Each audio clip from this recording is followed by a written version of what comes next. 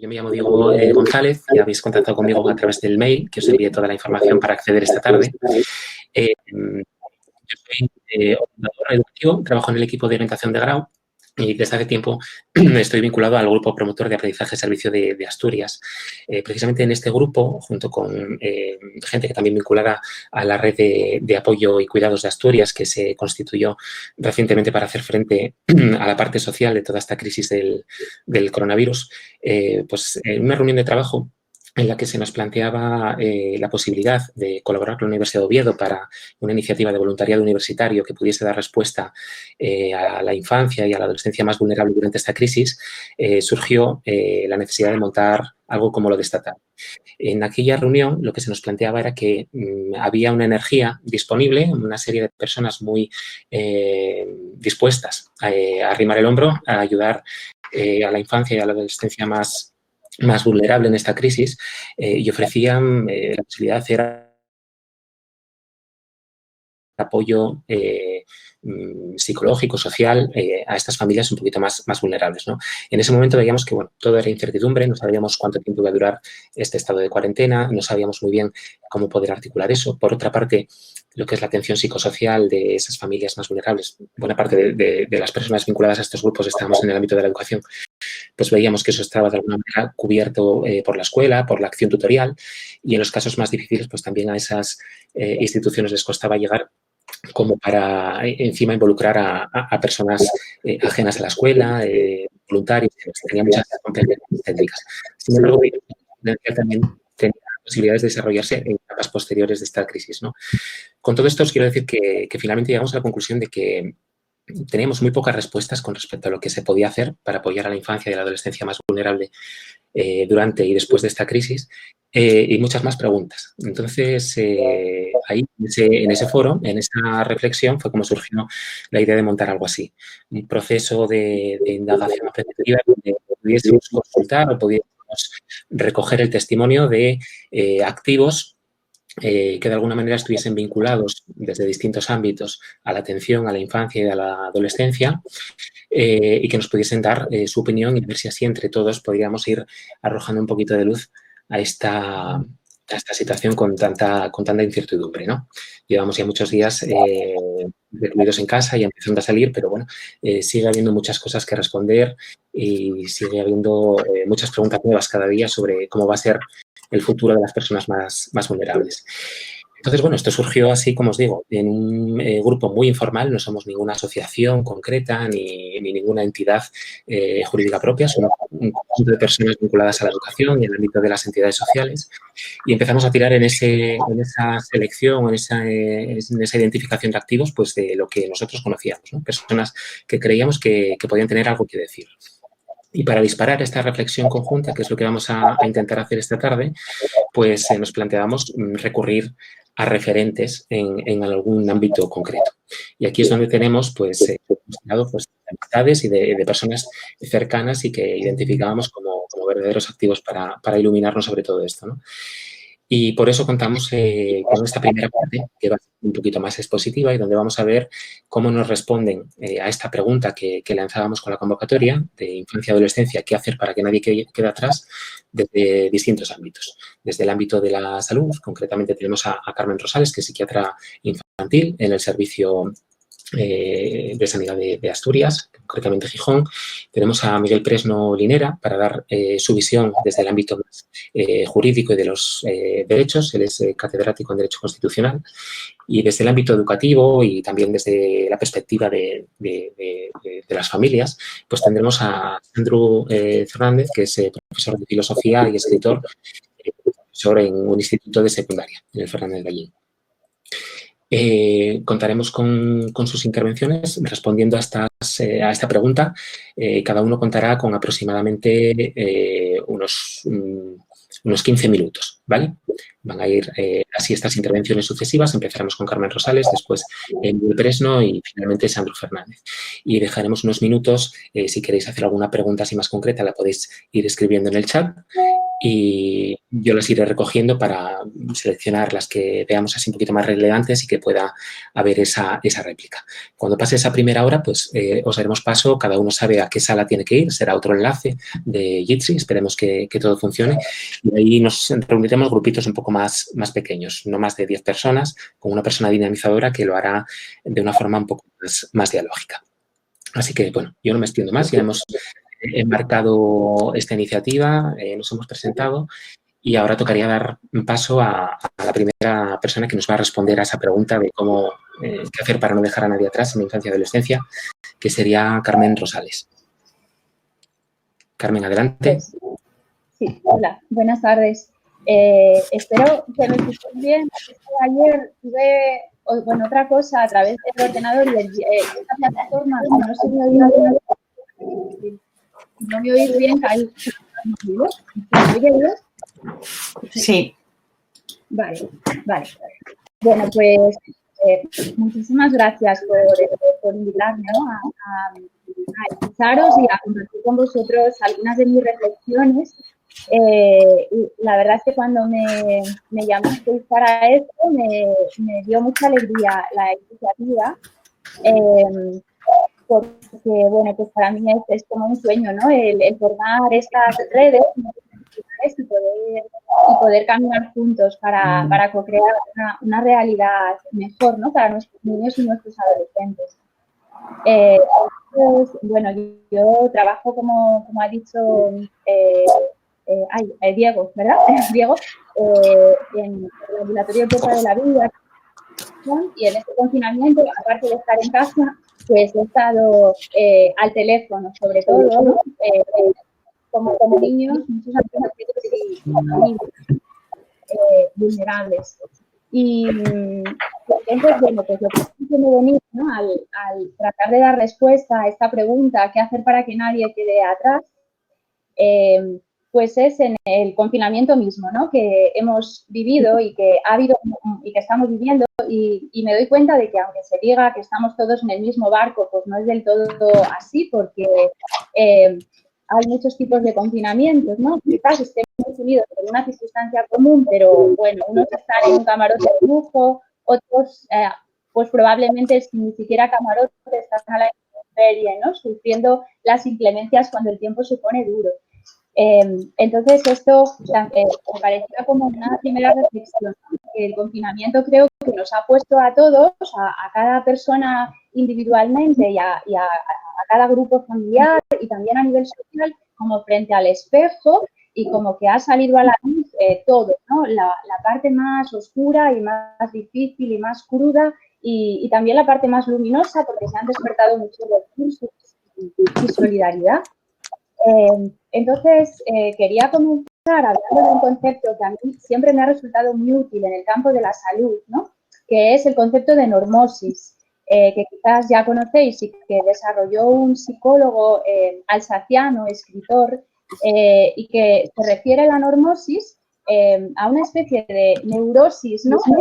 Colectiva que incluye pues un montón de valores, creencias, hábitos de actuación. Es como una especie de cosmovisión aceptada de manera inconsciente por la mayoría de las personas y además no solo aceptada como lo natural, sino también como lo deseable para poder estar bien, ¿no? Pero el hecho de que algo sea aparentemente deseable y normal no quiere decir que sea lo que verdaderamente nos acerca a nuestra auténtica naturaleza y nos ayuda a estar bien y a vivir una vida auténtica y acorde con nuestras necesidades más profundas, ¿no? Entonces, yo creo que una de las cosas que más está saliendo a la luz es que vivimos en una sociedad que está enferma, en un sistema que es un sistema que no promueve contextos de vida, contextos en los que los seres humanos seamos respetados todos por igual, ¿no? Con nuestra dignidad como seres humanos y nuestra singularidad. Y de hecho, bueno, ahora es muy raro hablar así, ¿no? De hecho, no os veo a ninguno porque están casi todas las cámaras apagadas y me resulta muy extraño, pero para preparar esto, pues me estaba imaginando y me estoy imaginando ahora como que estamos todos alrededor de o sea, sentados en un círculo, ¿no? Porque el círculo es como una metáfora. Sí. Vale, pues decía que ahora nos imagino a todos sentados en un gran círculo, ¿no? Porque el círculo para mí es una metáfora y, bueno, y una realidad de nivelación, ¿no? De todos, cada uno con sus particularidades, pero iguales en dignidad, ¿no? Y en posibilidad de aportar y también de ser mirados y de ser escuchados. Entonces me imaginaba a todos en un gran círculo y con un sueño común, ¿no? Y con un foco común, con un foco central, que es el bienestar de nuestros niños y de nuestros adolescentes. Entonces, bueno, pues eso, como decía, ¿no? Que este sistema imperante con esta normosis, pues pienso que nos ha convertido en un modo en el que lo que predomina es el hacer y el tener, como decía Eric Fromm, ¿no? Y sin embargo, en detrimento del ser. Entonces, como que se podía ver por todas partes una crisis, ¿no? Una crisis, de alguna manera, existencial. Entonces, digo todo esto porque pienso que para poder mirar qué colectivos de la infancia y de la adolescencia quedan atrás, creo que primero en mi opinión, es necesario mirar que los primeros que nos quedamos atrás somos cada ser humano con respecto a nosotros mismos cuando nos desconectamos de nuestra auténtica naturaleza. Y es importante recuperarnos, volvernos a conectar, ¿no? Con esta naturaleza que es la que nos lleva a vivir una vida plena y llena de sentido. Entonces, ¿qué quiero decir? Que no estamos conectados, ¿no? Con nuestra auténtica naturaleza. Pues, por ejemplo, pues que somos seres profundamente sociales, que nacemos preparados para colaborar, para cooperar, para amar, ¿no? Con todo el poder transformador que tiene el amor. Y sin embargo, en nuestra sociedad actual, lo que hemos vivido todos, y hablo en pasado porque tengo esperanza que va a empezar a ser diferente, es un desmantelamiento de los vínculos y un desmantelamiento de las redes, ¿no? Y también una preponderancia de la dimensión cognitiva y mental en detrimento de la dimensión emocional, corporal y espiritual, ¿no? Todas estas dimensiones han quedado muy tapadas. Si acaso la corporal aparentemente, pero de una manera que en realidad está poco conectada con el cuerpo, ¿no? Como sujeto de valor. Entonces, bueno, ¿cómo se define la salud? ¿No? Ya que yo trabajo en el ámbito de la salud y por eso me han llamado para empezar desde ahí. Pues la salud, bueno, no solo es la ausencia de enfermedad, ¿no? Sino también se define, la OMS lo define como un estado de estar físico, mental, social y yo añadiría también espiritual, ¿no? Que tiene que ver con la búsqueda de sentido en la vida. Entonces, bueno, creo que para poder mirar esto que estamos diciendo, que la sociedad en la que vivimos es una sociedad que no ha favorecido contextos de salud, quizás nos ayude también mirar como una línea, ¿no? En la que podemos como imaginarnos 3 puntos. El punto final sería el a dónde, es decir, a dónde queremos dirigirnos, cuál es nuestro sueño, nuestro objetivo, ¿no? Aquello a lo que nos queremos acercar. Pues en este caso es pues este proyecto, ¿no? Que estamos iniciando ahora y co-creando y empezando a soñar de iniciativas para mejorar la vida de los niños y los adolescentes, sobre todo los más vulnerables. Pero para ese a dónde necesitamos un por dónde, ¿no? El por dónde serían las maneras concretas de llegar hasta allí. Y esas maneras concretas es lo que vamos a co-crear entre todos, saber de qué formas, en qué lugares, con qué medios, ¿no? Y hay un tercer punto que sería el punto del principio de la línea o de la espiral o, bueno, ¿no? Que quizás no es tanto una línea, estamos muy acostumbrados al pensamiento. Pero bueno, el punto inicial es el desde dónde. Y el desde dónde quiere decir desde qué nivel de escucha, desde qué creencias, desde qué actitud interna hacemos las cosas, ¿no? Es que esto no quería dejar de decirlo porque a mí me parece que si no revisamos el desde dónde, podemos tener una dónde increíble, un sueño precioso, incluso utilizar medios, metodologías, recursos extraordinarios, pero se acaba convirtiendo finalmente en más de lo mismo, solo que con formas externas diferentes, ¿no? Entonces, creo que ahora este confinamiento, este parón, ¿no? Esta pausa nos permite, es una gran oportunidad para revisar ese desde dónde y soltar lo que ya no nos sirve y empezar a crear, ¿no? Crear una realidad poquito a poco diferente. Entonces, se trata, yo creo, de crear una nueva cultura, ¿no? Una nueva cultura en la que podamos dialogar. Y para esto es muy importante que los adultos aprendamos a dialogar entre nosotros, porque si no, no vamos a poder dialogar, ni escuchar, ni ver de verdad a nuestros niños, ¿no? Y a dialogar, quiero decir, no un diálogo técnico, formal, ¿no? Instrumental, ni monólogos que parece que están a veces disfrazados de diálogo, sino un diálogo profundo, de mirar a las personas que tenemos delante y hacer como una ruptura de imagen con todo lo anterior, con nuestros prejuicios, nuestras creencias, ¿no? Y abrirnos a ver, ¿no? Esa persona que aporta, más allá de las diferencias. Entonces, esto nos llevará, si podemos meternos en este proceso y en este diálogo, a crear redes en las cuales nos sintamos seguros para mostrar también y acoger nuestra propia vulnerabilidad, ¿no? Nuestras limitaciones, nuestros errores y para revisar en equipo. Y qué mejor regalo les podemos hacer a nuestros niños, ¿no? Que una red potente de adultos que trabajan por su bienestar, por acompañarles, que reconocen sus errores y su vulnerabilidad, ¿no? Esto para ellos sería un bonito espejo.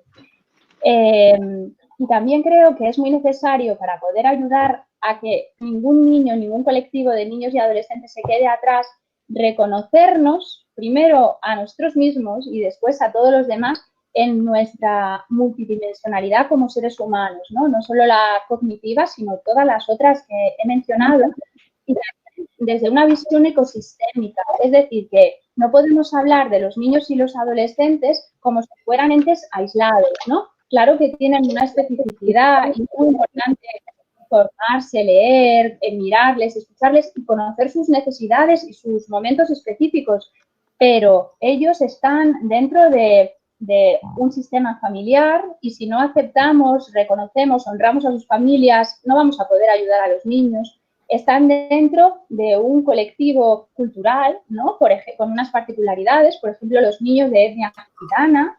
Entonces, lo mismo, si no honramos, ¿no? De alguna manera y respetamos el colectivo gitano, tampoco vamos a poder ayudar a los niños gitanos. Estamos dentro o sea, cada niño, cada adolescente está dentro de una escuela escolar, está dentro de una sociedad y así sucesivamente. Todos estos sistemas se interrelacionan mutuamente. Por eso yo creo que hay que mirar mucho desde este modelo ecosistémico que nos permita analizar la realidad en la complejidad que es, ¿no? Y reequilibrando constantemente en equipo, revisando y reequilibrando. Yo creo que son momentos para vivir mucho el presente e ir haciendo camino al andar, ¿no? Entonces, bueno, el por dónde, las maneras de llevar a cabo todo esto, pues lo vamos a ir encontrando juntos, ¿no? Pero simplemente compartir más pinceladas generales que me ocurrían de cómo, ¿no? Bueno, yo creo que no hay que esperar a estar todos unidos y ¿no? Con algo de unidos para hacer algo. Creo que tenemos una gran responsabilidad también individual, que cada una y cada uno de nosotros, el pequeño granito de arena que pueda aportar, pues es un granito de arena precioso que solamente cada uno y cada una lo vamos a aportar de esa manera única, ¿no? Entonces creo que lo individual y lo social ha de ir de la mano y se alimentan mutuamente. Luego creo que es tiempo de volver a casa, de volver a lo comunitario, a crear redes, a sostenernos unos a otros, porque como dice el proverbio africano, que un niño hace falta una tribu, ¿no? Para crear, pues así. Lo mismo entre las instituciones, ¿no? Yo no creo que vaya a ser útil en estos tiempos esto de el sistema sanitario, el sistema educativo, el sistema judicial, el trabajo social, no.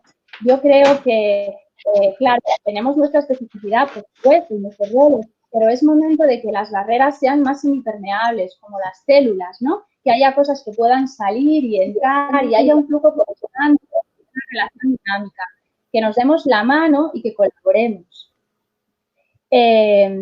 Y por último, creo que es súper importante, yo lo veo desde salud, poner el acento no tanto en lo que ya etiquetamos, ¿no? De patológico, que si trastorno, que si niños con trastornos de conducta, que si tal, bueno, todo esto que había sido veces. Esto no quiere decir que los diagnósticos no nos ayuden, ¿no? A orientar algunas cosas, a apoyos, además, pero quiero decir que es hora de, en mi opinión, de invertir mucho más esfuerzo en lo preventivo, es decir, en crear contextos que sean fuentes de salud antes de que los niños lleguen a un sufrimiento tal que terminen, ¿no? Requiriendo ayuda especializada y que sean tratados, ¿no? por trastornos varios. Y bueno, yo pensaba, y de la infancia, ¿no? Pues qué colectivos están como más vulnerables ahora, más, ya acabo con esto, y más olvidados.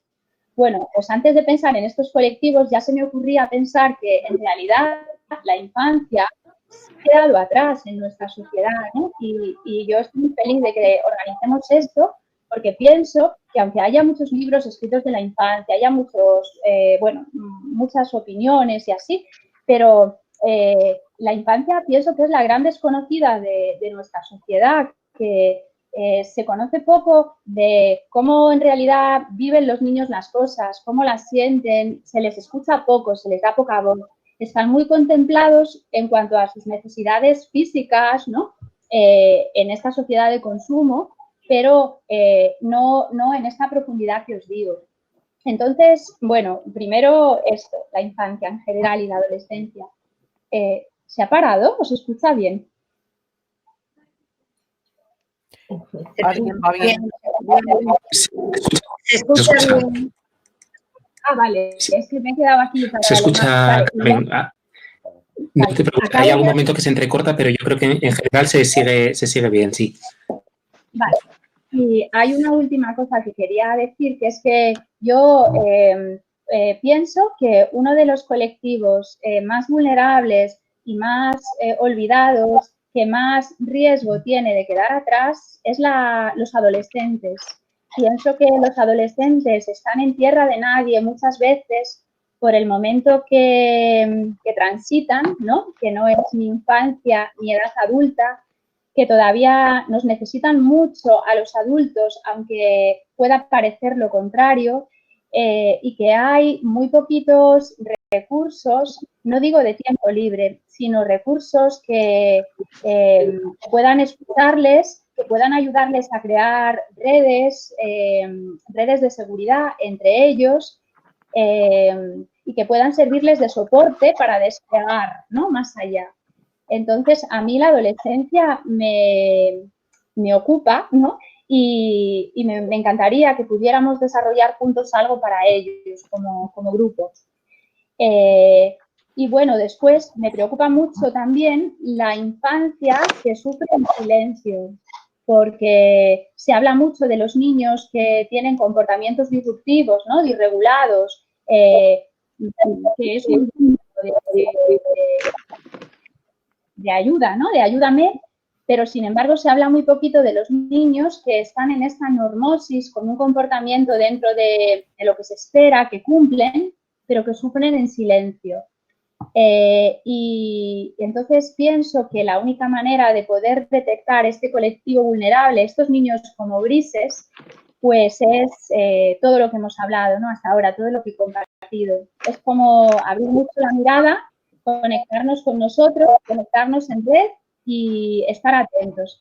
Y creo que los niños ahora tienen mucho que decir, que hemos de contar con ellos, hemos de darles voz y hemos de observar todas las cualidades que de manera innata tienen, ¿no? Pues su creatividad, su capacidad de estar en el momento, su flexibilidad, porque todo esto van a ser claves para nosotros, los adultos, para salir de esto de la mejor manera posible. Y nada, esto es lo que quería contaros. Gracias.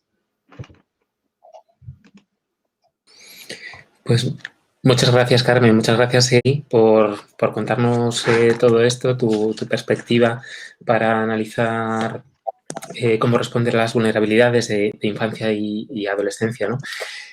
Así, resumiendo, unas ideas clave que he ido recogiendo de lo que ibas comentando, la importancia de tener claro siempre, ante cualquier intervención que planteemos, el desde dónde, el a dónde y también el por dónde.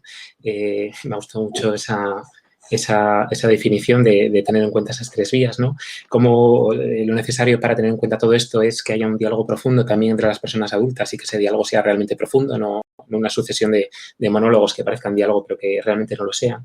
Y reconocer esa multidimensionalidad de las personas, el carácter sistémico de todo lo que nos pasa y sobre todo lo que les pasa a niños y adolescentes y especialmente esta idea que también comparto, la idea de que la infancia es una gran desconocida en la sociedad y más aún la adolescencia que se queda ahí en ese proceso de tierra de nadie y para los que resulta especialmente relevante pues el tener redes de seguridad, de soporte y que sea, digamos, por ahí por donde deberíamos plantear una mayor atención. De nuevo, muchísimas gracias por tu intervención. El resto de personas que están escuchando, si quieren plantear alguna pregunta para Carmen, que la vayan escribiendo en el chat, vamos recogiendo y al final de todos los turnos, si quedan algunos minutos, pues se la trasladamos, ¿de acuerdo? Pues muchísimas gracias, Carmen. Ahora sería el turno de Miguel Presno para darnos su visión sobre cómo responder a esta pregunta, cómo no dejar a nadie atrás en infancia y adolescencia. Hola, ¿qué tal? Buenas tardes. En primer lugar, buenas tardes a todos y a todas. Muchas gracias por invitarme. La invitación me llegó vía Kelly, pero quiero agradecérsela a todo el grupo y a Diego y a Andrea todo el soporte para llevar a cabo esta actividad que me parece especialmente interesante y, bueno, me siento muy honrado de compartir este espacio con Carmen y con Xandro, ¿no? Yo voy a enlazar mi intervención con las palabras finales de lo que planteó Carmen, aunque no nos habíamos puesto de acuerdo sobre eso, ¿no? Me voy a centrar en el aspecto jurídico. Un poco, en la medida que me he podido aproximar a esto, durante 4 años he estado coordinando un máster de la Universidad de Oviedo sobre personas y grupos vulnerables, aunque yo no soy experto en menores, ¿no? Pero esto me interesa especialmente y en los últimos tiempos pues he tratado a través de un blog que llevo con cierta periodicidad de ver el coronavirus y el estado de alarma han incidido en las personas de los grupos vulnerables. Voy a intervenir el tiempo más breve posible y estructurar mi participación en 4 pequeños puntos, ¿no? En primer lugar, voy a hablar de qué es o de qué hablamos cuando hablamos de un grupo vulnerable, especialmente relativo a la infancia y a la adolescencia. En segundo lugar, en qué nos ha venido a recordar tanto el coronavirus como el estado de alarma respecto de la situación de los menores y adolescentes como grupos vulnerables.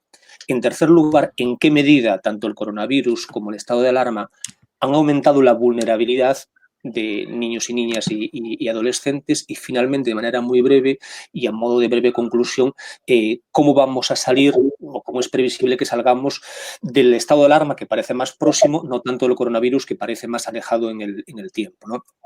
Bueno, desde el punto de vista jurídico, el concepto de vulnerabilidad es algo relativamente reciente, está mucho más trabajado en otros ámbitos, pero en los últimos 20 años se ha tratado de construir un concepto jurídico europeo de vulnerabilidad y en que sería un concepto aplicable a diferentes categorías de personas. Todas ellas tendrían en común que serían un grupo de personas especialmente desfavorecidas que necesitan una protección jurídica especial. Habría 3 elementos definitorios. El primer de ellos es que es un concepto relacional, en el sentido de que el ser o no grupo o estar o no un grupo vulnerable depende de circunstancias obviamente sociales, económicas, culturales, jurídicas, y hay grupos que lo son en un país y no lo son en otro, o que lo son en un determinado contexto, pero no en un contexto diferente. En segundo lugar, es un concepto particular en el sentido de que no necesariamente una persona que esté en este grupo automáticamente se convierte en vulnerable, ¿no? Y en todo caso, cuando hablamos de vulnerabilidad, estamos hablando de personas que se encuentran pues, en una situación de exclusión, de estigmatización, en una posición de inferioridad respecto del resto de los miembros de las personas que integran la sociedad. las causas de la vulnerabilidad, como todos sabéis, son fluctuantes y dependen de muchas circunstancias. Y en todo caso no son deterministas, insisto. El hecho de que alguien pertenezca, sea un niño o una niña o un adolescente, automáticamente eso no le convierte en grupo vulnerable. Nuestra Constitución no menciona en absoluto los grupos vulnerables, pero sí el concepto de vulnerabilidad en el ámbito jurídico, desde luego, no estaba acuñado en el año 78, pero sí menciona a grupos que hoy consideraríamos vulnerables y habla, por ejemplo, de la protección de los menores y de los adolescentes. En los últimos años, además, se han ido aprobando leyes especiales, tanto estatales como autonómicas, que hablan concretamente de vulnerabilidad y hablan de menores o de menores extranjeros no acompañados como grupos vulnerables, ¿no? Entrando ya en la situación del coronavirus y del estado de alarma. El propio decreto del estado de alarma es relevante por muchas razones, entre otras porque hace una mención expresa a los grupos vulnerables. Insisto, cosa que en el ámbito jurídico esto es algo relativamente reciente. Y los menores se podrían entender, y los adolescentes ya incluidos en un primer momento, en la primera redacción que se dio el 14 de marzo de este año, cuando se dijo que uno de los motivos para salir de casa era para atender a personas especialmente vulnerables, lo que podía ser, en algún caso, pues, por ejemplo, para visitar a los hijos o a los adolescentes. Se dieron cuenta al poco tiempo, además, de que en esta situación podría haber menores o adolescentes que se quedaran solos en su casa. Entonces, una reforma que se llevó a cabo 3 días después se permitió también, eso lo recordaréis, que los menores pudieran salir, pero solo para acompañar a los adultos si eso tiene que llevar a cabo algún tipo de actividad. Lo que demuestra que en el fondo los menores, los niños y las niñas y los adolescentes no fueron tenidos muy en cuenta cuando se pensó en los colectivos especialmente afectados por esta situación. Y aunque es un concepto manido y un ejemplo ya muy usado, pues sí se planteó la posibilidad de pasear animales de compañía, en particular a los perros, pero no se planteó nada parecido respecto de los niños, ¿no? Segundo lugar, ¿qué nos ha venido a revelar, repito, tanto el coronavirus como el estado de alarma respecto de los menores que ya estaban en situación de vulnerabilidad? Bueno, ha venido a recordarnos algo que cualquiera que quisiera verlo ya sabía que existía. Si alguien que se asome con cierta frecuencia al que podríamos denominar el Boletín Oficial de la Pobreza en España, que es el informe AROPE sobre la exclusión en nuestro país, pues el último informe, que es de noviembre del año pasado, con datos relativos al año 2018, hablaba por una parte de la situación de pobreza en nuestro país y incluía una situación en el riesgo de pobreza o exclusión social a más de 12 millones de personas de nuestro país, y mencionaba especialmente a los menores. Y esto tiene mucho que ver con lo que luego ha ido pasando. Se ha constatado que en nuestro país hay un 27% de menores que viven en hogares en los que tienen dificultades para llegar a final de mes. Solo voy a mencionar 2 o 3 rasgos. En segundo lugar, hay un 21% de menores que viven en hogares donde no tienen ordenador. E incluso un 6,5% viven en hogares que no tienen conexión a Internet. Esto, respecto de menores que no se encuentran en situación de vulnerabilidad, es algo prácticamente irrisorio. Es decir, nadie se plantea en un hogar que no esté en situación de vulnerabilidad que no haya uno o varios ordenadores o que no haya, por supuesto, una conexión a Internet. Por tanto, la vulnerabilidad ya existía ahí y se ha hecho mucho más presente con el coronavirus y con el estado de alarma. Y eso se ha visto cuando se ha tratado de traducir la enseñanza presencial a enseñanza a distancia. Y se ha visto que había familias y había niños y niñas que iban automáticamente a quedar excluidos de esta forma de integración en el sistema educativo. En tercer lugar, por tanto, tanto el coronavirus como el estado de alarma han venido a empeorar, han venido a agravar, por tanto, la vulnerabilidad de estos niños y niñas de los que ya estábamos hablando antes. El confinamiento, es una cuestión que ha apuntado Carmen, es tanto más riguroso y es tanto más lesivo cuanto peores sean las condiciones en las que uno tenga que soportarlo. Y obviamente no es lo mismo un niño o una niña que viva en una casa que tenga su propio espacio y que la casa disponga de un mínimo de comodidades que aquel niño o aquella niña que vive en una infravivienda con mínimas condiciones y sin posibilidad incluso de tener un mínimo espacio recreativo, ¿no? Por tanto, por una parte, digamos, se ha revelado, estas personas han visto todavía empeoradas unas situaciones que ya tenían antes. Desde el punto de vista del sistema educativo, la presencialidad en las aulas que permitía a estos niños y a estas niñas pues, situarse en un espacio de cierta igualdad, al menos en teoría, respecto de sus compañeros y compañeras que no estaban en situación de vulnerabilidad, pues ha desaparecido. Ha desaparecido la posibilidad de los comedores escolares y ha desaparecido esa posibilidad de un ocio o de un cierto recreo alternativo, ¿no? Ya el 9 de abril, el Comité de Derechos del Niño insistió en las obligaciones que tienen los estados respecto de los niños y de las niñas de atender a una serie de variables que son la de la educativa, es la social, es la sanitaria, es la económica, pero también es la recreativa, ¿no? Por tanto, nos encontramos, insisto, con todas estas situaciones que se han visto, como decía, agravadas por la situación del coronavirus y por la declaración del estado de alarma y el consiguiente confinamiento, y que se ha aliviado, al menos ahora, levemente con la posibilidad de que esos niños y esas niñas puedan salir. Y que conste que en términos comparados el confinamiento acordado en España es de los más severos de los que han ocurrido en nuestro entorno, incluso en situaciones relativamente parecidas a las nuestras, ¿no? Bueno, con todo esto, y no quiero extenderme mucho más, ¿qué podemos esperar cuando, por una parte, se levante el estado de alarma? Cosa que parece que no tardará mucho, pero los efectos del coronavirus van a extenderse mucho más allá del estado de alarma. Y una cosa que me ha alarmado, y permitidme el juego de palabras, es el escenario, algunos de los escenarios que se están barajando respecto del sistema educativo para el curso 2020-2021. Ha habido varias órdenes ministeriales que han desarrollado el decreto del estado de alarma en relación con la educación. Algunas de ellas sobre cuestiones puntuales, pero no irrelevantes, obviamente, como el tema de la EBAU, pero otras que inciden en la idea de preparar el próximo curso. Y ahí parece estar latente la idea de que el próximo curso tiene que estar orientado, o al menos bastante orientado, a la enseñanza online.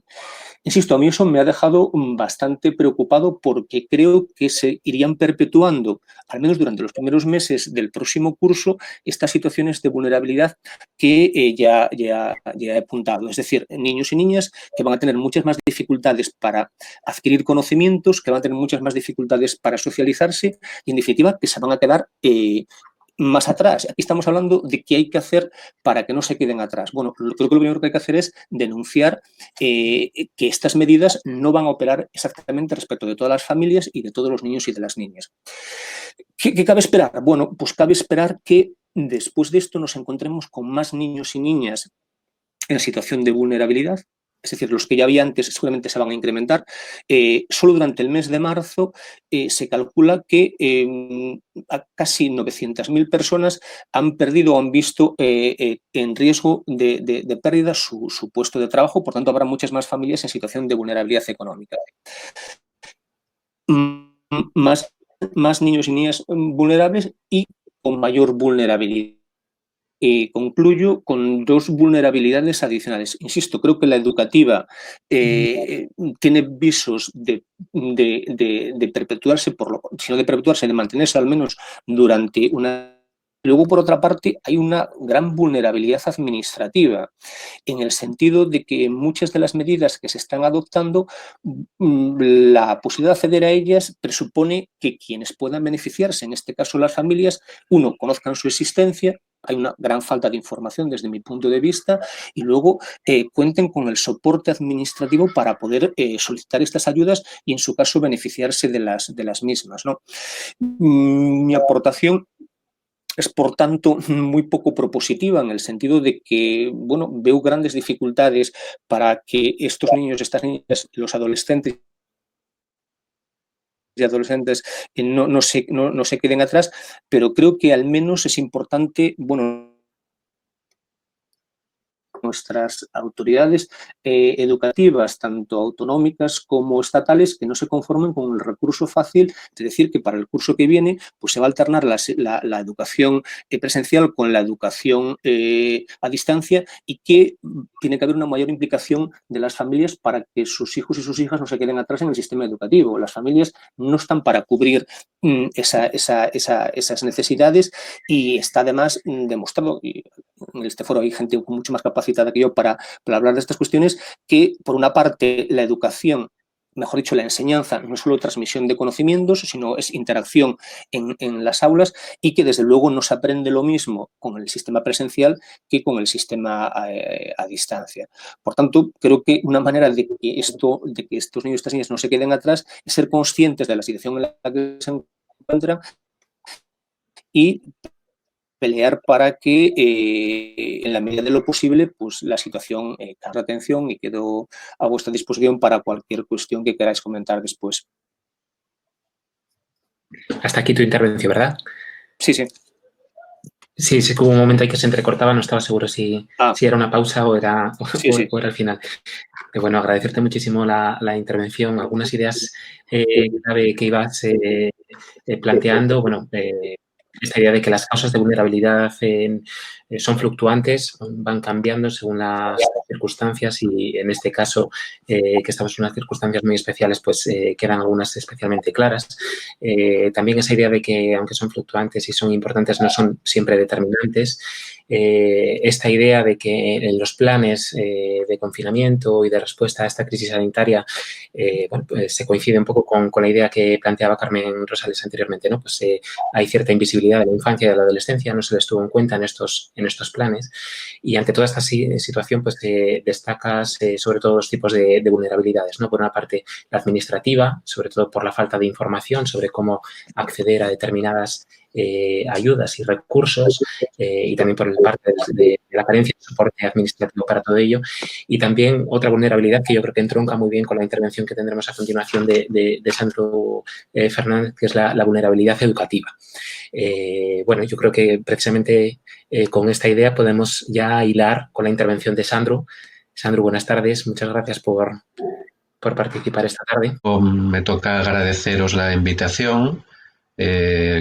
Contacto conmigo Carlos del CPR de Sisión, me comentó un poco que teníais esta jornada hoy, quién intervenía, y bueno, pues me alegró mucho ver ahí a Miguel Presno, con quien, una parte de amistades y afinidades, he compartido en una medida muy pequeña, alguna de estas actividades en las que él está metido, de atención a grupos vulnerables, desde la modesta parcela de nuestro instituto. He visto también por ahí de pasada a Kelly Fuello, a la que saludo desde aquí, porque bueno, me parece que es un honor contar con ella en el grupo. Y bueno, como tú decías, por hilar un poco con la intervención de Miguel de antes, por el final de su intervención, en la que hace referencia a los planes para la vuelta al cole, por así decir, en el curso que viene, sería importante que viéramos en perspectiva qué implica esta crisis sanitaria y el confinamiento que ha traído aparejada con respecto a nuestro sistema educativo. Vamos a ver brevemente, me gustaría ver brevemente cómo es la situación pre-COVID y luego cómo eso influye en las decisiones y en las medidas que se tomen para la vuelta a la normalidad o a la nueva normalidad, ¿no?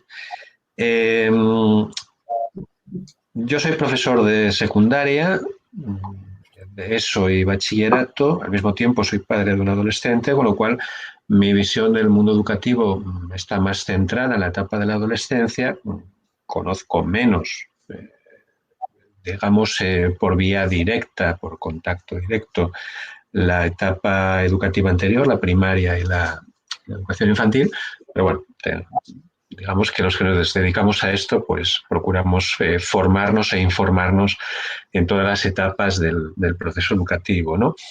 Yo lo que veo es que tenemos asumido, o al menos yo partía del supuesto de que era así, que la enseñanza obligatoria promueve la movilidad social y que es además uno de los grandes instrumentos de movilidad social con los que contamos. Es decir, en tanto en cuanto no se supriman las desigualdades sociales, tenemos que favorecer cualquier mecanismo que haga que una persona no sea prisionera de su situación social. Y, por supuesto, estoy pensando en las situaciones sociales más desfavorecidas, ¿no?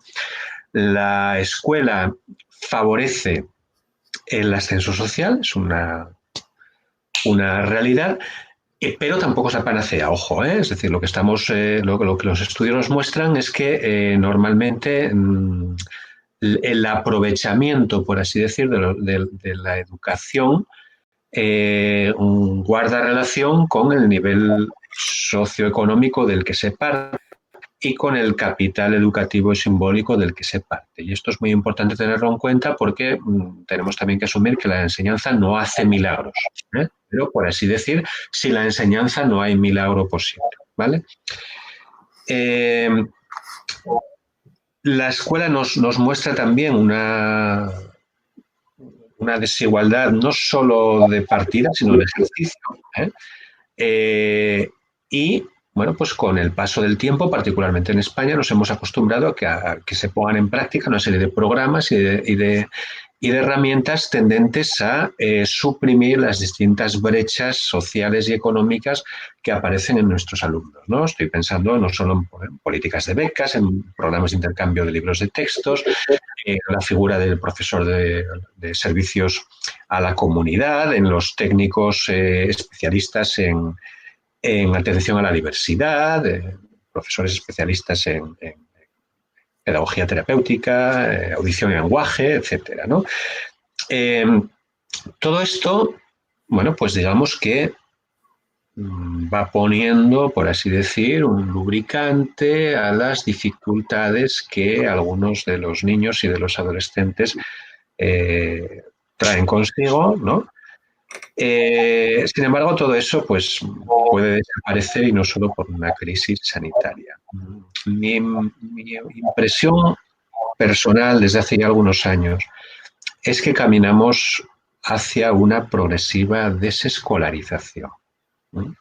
Teníamos que tener en cuenta que hoy por hoy, desde que desapareció el servicio militar obligatorio, la escuela es la única institución que impone una coerción del tiempo a los ciudadanos simplemente por el hecho de existir.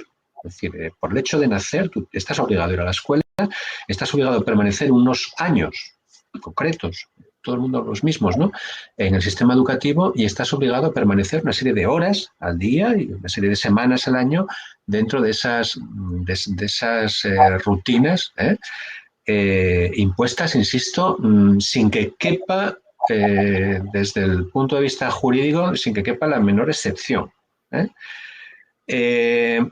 Esto, mientras los ritmos sociales y económicos fueron aquellos a los que estábamos acostumbrados a lo largo del siglo XX, parecía que podía perpetuarse sin límite de tiempo. Sin embargo, a medida que el turbocapitalismo va imponiendo unas dinámicas de contratación, de movilidad en el mercado de trabajo, todo esto choca con los ritmos de la escuela. Es decir, los que os dediquéis a la enseñanza, me imagino que lo habréis notado igual que lo he notado yo. Cada vez son más los alumnos que aparecen a mitad de curso porque a sus padres, madres, les han trasladado, ¿vale? Esto antes ocurría, yo llevo 24 años dedicándome a la enseñanza, siempre lo he visto, pero en los últimos 10 años la frecuencia con la que se dan estos casos es mucho mayor cada vez más. Los casos de alumnos que no empiezan ni acaban el curso en el mismo centro son cada vez más numerosos, pero no solo en un mismo centro, sino que pueden atravesar 2, 3 centros a lo largo del mismo curso, ¿no? Este tipo de cuestiones están están siendo cada vez más habituales, ¿no? Claro, ¿con qué herramientas se puede enfrentar el Estado a esto? Insisto, el Estado, porque para el Estado es importante mantener el sistema educativo de momento, ¿no? Bueno, la coerción puede funcionar, pero lo que funciona de verdad es algún tipo de dotar a la escuela de algún tipo de legitimidad. La escuela se está sustentando en dos legitimidades que van interconectadas, pero que son dos, no es una solamente. Por un lado, es una legitimidad de tipo tradicional, la autoridad del profesorado, del maestro, de la academia, ¿no? En sentido de la comunidad científico-intelectual, ¿no? Que está detrás de la enseñanza, pues funciona como un mecanismo de legitimación de la escuela, como la que permite, garantiza la transmisión de esos conocimientos que se suponen vamos a decirlo así, de eficacia probada, ¿no? Se supone que eso existe por algo y para algo, y que además la gente que posee esa educación, eso se traduce en una situación, un estatus social superior al de la gente que no tiene en el mismo grado esa educación, ¿no? Digamos que esa legitimidad tradicional pues sigue funcionando, y al lado de ella encontramos también una legitimidad instrumental que, si bien a lo largo de la historia no ha sido la más importante, en los últimos 100 años ha cobrado mucho más peso incluso que la tradicional. Es decir, la escuela sirve para algo. Los conocimientos que se adquieren en la escuela sirven para algo. Todos los que nos dedicamos a la enseñanza creo que tenemos muy claro que lo que aprenden los niños y las niñas fundamentalmente es a estarse quietos y obedecer una serie de horas al día, pero además, pues, alentamos consciente o inconscientemente la idea de que las cosas que les enseñamos son útiles, ¿no? El ejemplo que encontramos siempre en nuestros alumnos es el de las matemáticas, ¿no? ¿Para qué hay que aprender matemáticas? Para que no te engañen en la tienda, ¿no? Esa respuesta yo creo que muchos profesionales de la enseñanza la han recibido alguna vez de sus alumnos y de sus alumnas, como si antes la gente, sin haber estudiado matemáticas, no comprara y vendiera cosas, o como si para comprar y vender cosas en el Lidl uno necesitara saber algo de ecuaciones de segundo grado, o de diferenciales, o de qué es el apotema, ¿no? O cosas por el estilo. Pero bueno, digamos que esa ficción de la utilidad de los conocimientos que impartimos sigue funcionando. Pero esas dos formas de legitimidad están cada vez más en entredicho. La tradicional, porque ha llegado un momento en que la posesión de unos conocimientos y sobre todo de unos títulos ha dejado de ser garantía para el ascenso social. Algunos sociólogos de la educación llevan años hablando de la devaluación de los títulos educativos. No es una expresión que me guste demasiado, pero describe más o menos una situación. Es decir, muchas familias invierten, en sentido capitalista del término, en la educación de sus hijos, y luego esos hijos no rentabilizan, por así decir, los títulos obtenidos, porque ven que a la hora de computar en el ascenso social, en el ascenso empresarial, en el tener unos ingresos cada vez mayores, lo que cuenta es otro tipo de factores, no los conocimientos en los títulos que uno posea, ¿no? Eso por un lado. Por otro lado, la utilidad de lo que enseñamos en las aulas, pues cada vez es más discutible. De entrada, porque los currícula que manejamos, pues o bien están obsoletos, o bien los profesores que los vehiculan, que los transmiten, se van quedando también obsoletos, o bien simplemente no estamos dando respuesta a lo que las distintas partes de la sociedad reclaman de nosotros. Y esto solo lo voy a apuntar para no extenderme demasiado, pero es otro aspecto que tenemos que tener también muy en cuenta. Es decir, no hay una sociedad. Hay muchos grupos sociales, muchos intereses sociales, muchas clases sociales, y lo que cada una de esas parcelas de la sociedad ve en el sistema educativo es muy diferente de lo que ven las demás y de lo que exigen las demás. Con lo cual, no podemos entender la escuela como una forma de dar una solución única a una forma única de problemas, sino que, bueno, pues es algo que va, por así decir, surfeando entre distintas capas de intereses, de problemas y de actitud. ¿no? Bien, de todas estas cuestiones, ¿qué nos puede iluminar un poquitín acerca de qué decisiones tomar para que al menos en la situación socioeducativa no empeore?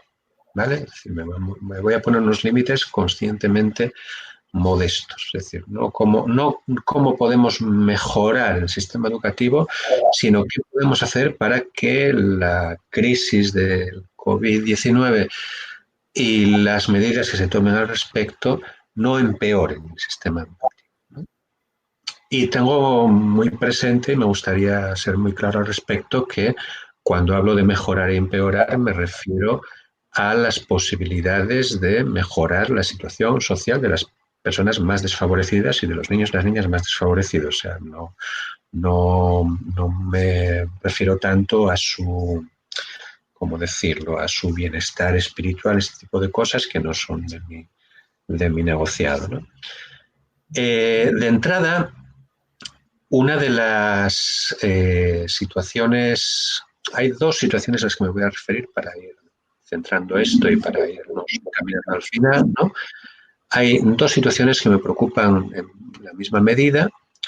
Una es la llamada brecha digital y otra es el sistema garantista de nuestra escuela, ¿no? Que son, bueno, pues dos aspectos que podemos separar a efectos didácticos para no perdernos, ¿no? La llamada brecha digital hasta ahora se iba notando en algo tan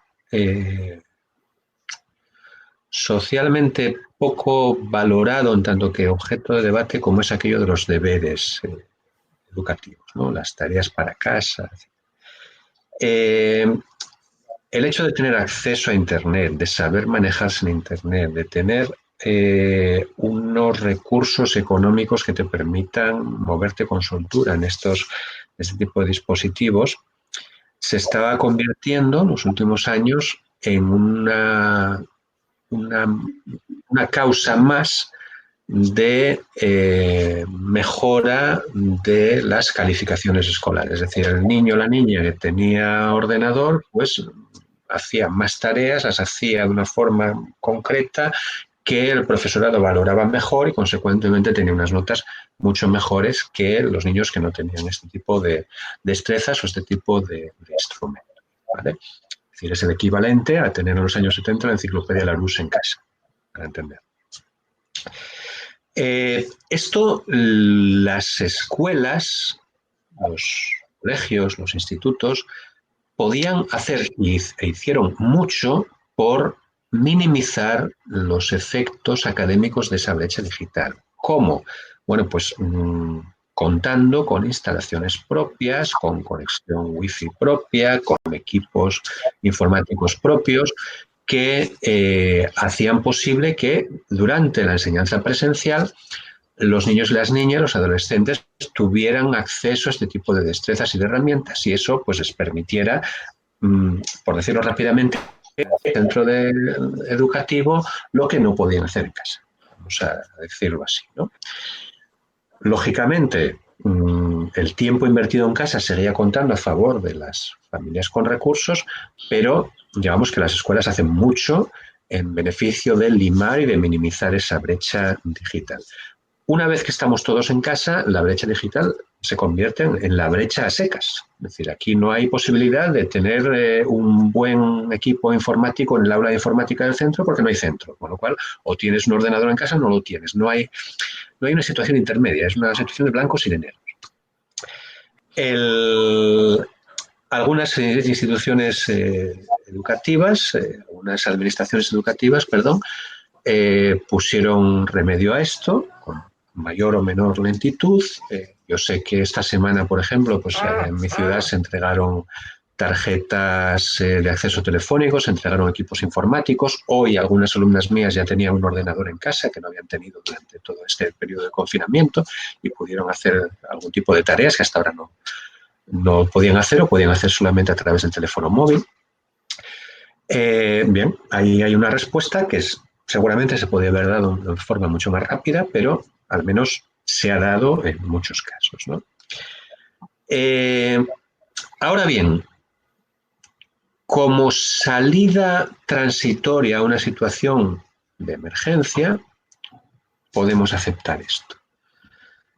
Lo que no podemos prolongarlo en el tiempo, es decir, no podemos pretender que en septiembre lleguemos a las aulas y se nos diga que tenemos que realizar la mitad o un porcentaje X de nuestro trabajo a través de recursos telemáticos.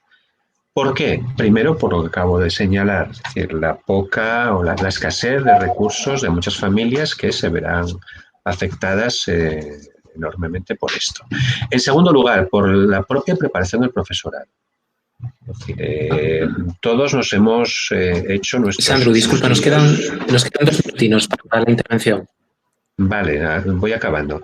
Decía que todos nos hemos hecho nuestros cursos de... Sí, perdona que te haya... ¿Sí? ¿Sí, hola? No Sí, disculpa, es que esto va con un poco de retraso. Vale. Va con un poco de retraso. No, sí, que disculpa que te interrumpa. Nos quedan 2 minutinos nada más para... Nada. Voy acabando. Decía que tenemos una preparación, el profesorado, pero que está resultando deficiente, no tanto por el no saber manejar estas herramientas de, digamos, software educativo, sino por, en primer lugar, falta de empatía, en segundo lugar, falta de recursos de organización del tiempo, y, en tercer lugar, falta de voluntad y de tener claro que existen unas barreras socioeconómicas claras. Es decir, el profesorado aquí tiene que recorrer un largo camino hacia la digamos, conciencia de la desigualdad, ¿no? Y luego la otra parte, que voy a ir muy rapidísimamente, en 50 segundos os lo voy a plantear y el resto pues lo veremos más adelante si queréis, es la cuestión del sistema garantista. Es decir, hasta ahora había unas garantías que el sistema educativo tenía y podía respetar, pero una vez que desaparece o que se pone en entredicho la enseñanza presencial, resulta muy difícil cubrirlas.